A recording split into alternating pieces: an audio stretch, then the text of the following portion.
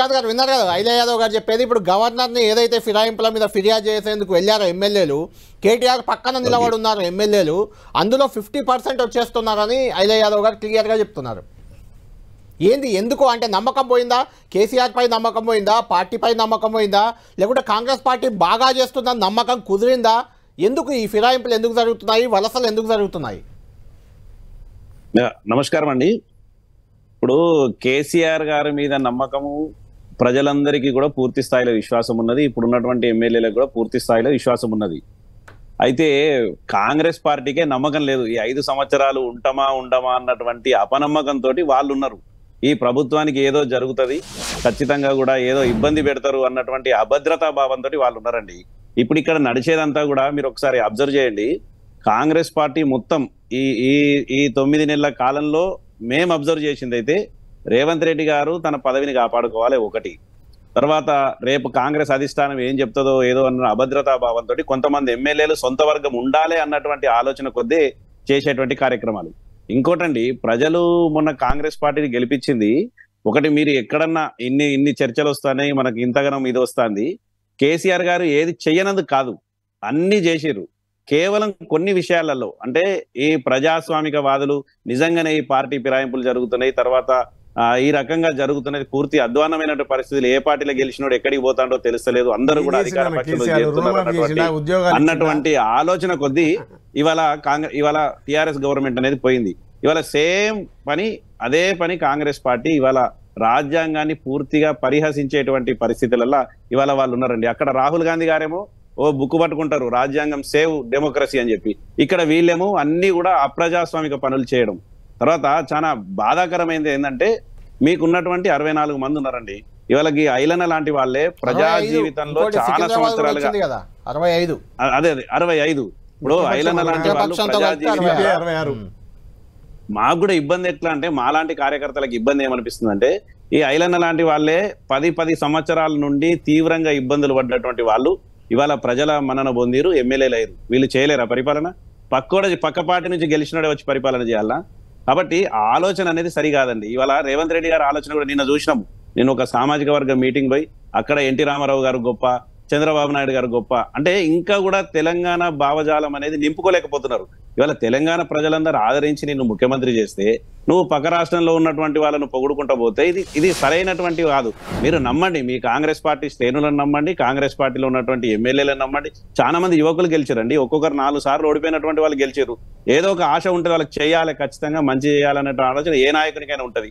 ఈ కేవలము రాజకీయ కోణంతో అంటే కేసీఆర్ గారి మీద ఉన్నటువంటి వ్యక్తిగత ద్వేషంతో పరిపాలన నడుస్తుంది తప్ప మీకు వేరే ఎక్కడ కూడా పరిపాలన లేదు. ఇవాళ అనేక సమస్యలు ఉన్నాయండి ప్రజలు. ఇవాళ ఉన్నది మొన్న Group 2 ఎగ్జామ్స్ వాళ్ళందరూ చెప్పిరు పిల్లలు డిఎస్సి మొన్ననే టెట్ పెట్టిరు కదా, కొంత పోస్ట్ పోన్ చేయండి అని చెప్పి. డిఎస్సి పోస్ట్ పోన్ చేయాలి, Group 2 పోస్ట్ పోన్ చేయాలంటే మొన్న వినలేదు. నిన్నేమైంది, మొత్తం నిరుద్యోగులంతా ఎదురు తిరిగితే మళ్ళీ పోస్ట్ పోన్ అంటున్నారు. కాబట్టి ప్రజాపాలన కాదండి, ఇది ప్రజా కంటక పాలనగా నడుస్తుంది. ఎంత అన్యాయం అంటే మొన్న రైతు రుణమాఫీ అని చెప్పి సంబరాలు చేశారు. ఏమన్నారు, మొత్తం ₹1,00,000 రుణమాఫీ మొత్తం చేసినామన్నారండి. వీళ్ళు ఇచ్చేయండి 6,000 కోట్ల రూపాయలు చిల్లర, 6,900 కోట్ల రూపాయలు ఇచ్చారు. ఇంకెంత రావాలండి? ఇంకా ₹1,00,000 లోపు రుణం మాఫీ కావాలన్నా ఇంకా 15 లక్షల కోట్లు కావాలి. కాబట్టి నేను అనేదండి, చెప్పండి, మేము అనేది ఏంటంటే వీళ్ళు పరిపాలన అంతా కూడా గాడి తప్పుతున్నది. ఇవాళ ఏమైంది, మొన్న 30,000 ఉద్యోగాలు గత ప్రభుత్వం ఇచ్చినటువంటి ఉద్యోగాలు కేవలం మీరు ఇచ్చినటువంటి పత్రాలు ఇచ్చారు, మీరు నియామక పత్రాలు. కదా టెక్నికల్ ఇష్యూస్ ఉంటాయి కదన్నా, ఇప్పుడు ఇచ్చిర్రు. అయినా మేము ఏమంటున్నామండి, శ్రీకాంత్ గారు మీకు డిపాజిట్ రాలేదు, మీ పార్టీ ఇబ్బంది పడుతుంది అనేది ఒకటి. రెండోది, గతంలో మీరు చేసిన పనే మేము చేస్తున్నాం, తప్పేంటి అనేది ఐలయ్య యాదవ్ గారు అంటున్నమాట. నేను ఏమంటున్నా, స్వచ్ఛందంగా వస్తున్నారు. గతంలో మేము చేసిన పని మీరు చేస్తే మాకు పట్టిన గతే మీకు పడుతుంది. ఒకటి ఇంకొకటి అన్నా, మీకు ఇంకొక విషయం చెప్తా. మీరు ఇప్పుడు ఐలయ్య యాదవ్ అన్న ఒక మాట అన్నారు, నాకు విప్పిచ్చి గౌరవించారు అంటే వాస్తవంగా తెలంగాణలో అతిపెద్ద సామాజిక వర్గం మీదన్నా.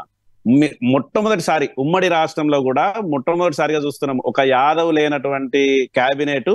ఇదే చూస్తాను. మరి మీకు ప్రజాపాలనగా ఎట్లా కనిపిస్తుంది అనేది మీరు మీరు ఇంటర్నల్ గా మీరు ఆలోచన చేసుకోవాల్సినటువంటి విషయం. రేపు క్యాబినెట్ విస్తరణ ఉంది అన్న శ్రీకాంత్ అన్న, రేపు క్యాబినెట్ విస్తరణ ఉంది అన్న. క్యాబినెట్ విస్తరణలో వేరే పార్టీ మాత్రం వాళ్ళకి ఇవ్వమని చెప్పారు సీఎం గారు. అది వేరు విన్నారు కదా. కాళేశ్వరం అనేది మీ కమిషన్ల కోసం కట్టిన ప్రాజెక్ట్, ఒక్క చుక్క ఆగట్లేదు అని. సంవత్సరానికి కరెంటు బిల్లు 10,000 కోట్లు, ఐలయ్య యాదవ్ గారు అంటున్నారు అప్పుకు 10,000 కోట్లు ఇంట్రెస్ట్ కట్టాల్సి వస్తుంది. 10,000 కోట్లు కరెంటు వృధా అవుతుందని చెప్తున్నారు. మీరు కరీంనగర్ జిల్లా మీకు పక్కనే ఉంటుంది. మేడిగా కాళేశ్వరం వాటర్ మీకు కూడా బ్యాక్ వాటర్ వస్తుంది, అక్కడికి ధర్మపురి ఏరియా కూడా వస్తుంది.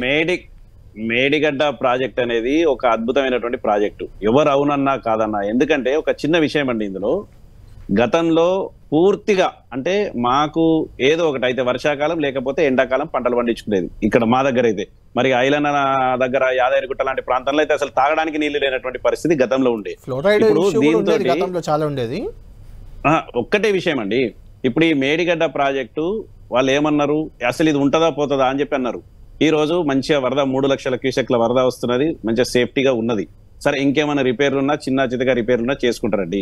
ఇవాళ వీళ్ళన్నే తుమ్మిడిహిట్టి ప్రాజెక్టు దగ్గర నుంచి తీసుకొచ్చినా అది ఎక్కడ వదలాలి, మళ్ళీ గదే అన్నారంలో వదలాలి. కేవలం ఒకే లిఫ్ట్ తేడా వస్తుంది. ఇప్పుడు ప్రజలందరినీ కన్ఫ్యూజ్ చేసి దయచేసి మీరు పరిపాలన చేస్తున్నారు, ప్రజలకు లాభం అయ్యేటువంటి పనులు చేయండి, ప్రజల్ని కన్ఫ్యూజ్ చేసేటువంటి పనులు చేయొద్దు.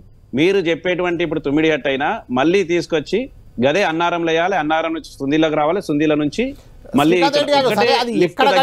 ఇష్యూ కాదు. కట్టడంలో నాణ్యత లేదు, కట్టడంలో బాగాలేదు, మేడి పనులు ఎక్కుందా లేదా, సంవత్సరానికి 10,000 కోట్లు కరెంట్ బిల్లు వృధా అవుతుందా లేదా, మీరు చేసినటువంటి లక్షల కోట్లకు 10,000 కోట్లు ఏది ఇంట్రెస్ట్ కడుతున్నామా లేదా, మీరు చెప్పండి కదా ఒకటి. దానివల్ల తెలంగాణకు నష్టమా? ఓకే, 2020లో ఈ ప్రాజెక్ట్ కంప్లీట్ అయింది. 25 లక్షల క్యూసెక్ల ప్రవాహం వచ్చినప్పుడు కూడా ఈ ప్రాజెక్టు చెక్కు చెదరలేదు. 3 సంవత్సరాల పాటు పూర్తి స్థాయిలో మనం నీళ్ళు ఇవ్వగలిగినాం. ఎండాకాలం కూడా నీటి వృధా వదిలినాం కదన్నా, నీళ్లు వృధా చేసుకోలేక ప్రకృతి.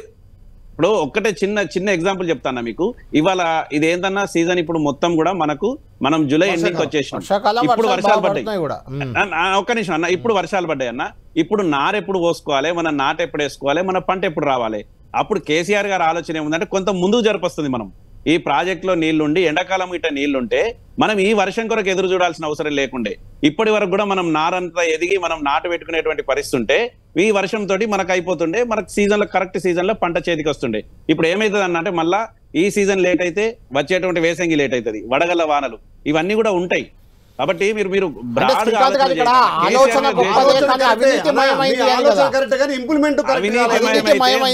పోతున్నా 25 లక్షల క్యూసెక్ల వరద ఎప్పుడు వచ్చిందో అప్పుడే కూలిపోతుండే, అప్పుడే పోతుండే. ఎట్లా ఆగిందంటారు? 3 వర్షాకాలాలు ఆగి ఈ సంవత్సరం పోయిందంటే దాని అర్థం ఏంది? మీరు చిన్న రిపేర్లు చేస్తే అయిపోయేటువంటి పని అది. కాబట్టి మీరు గొప్పగా ఆలోచన చేయండి. ఇప్పుడు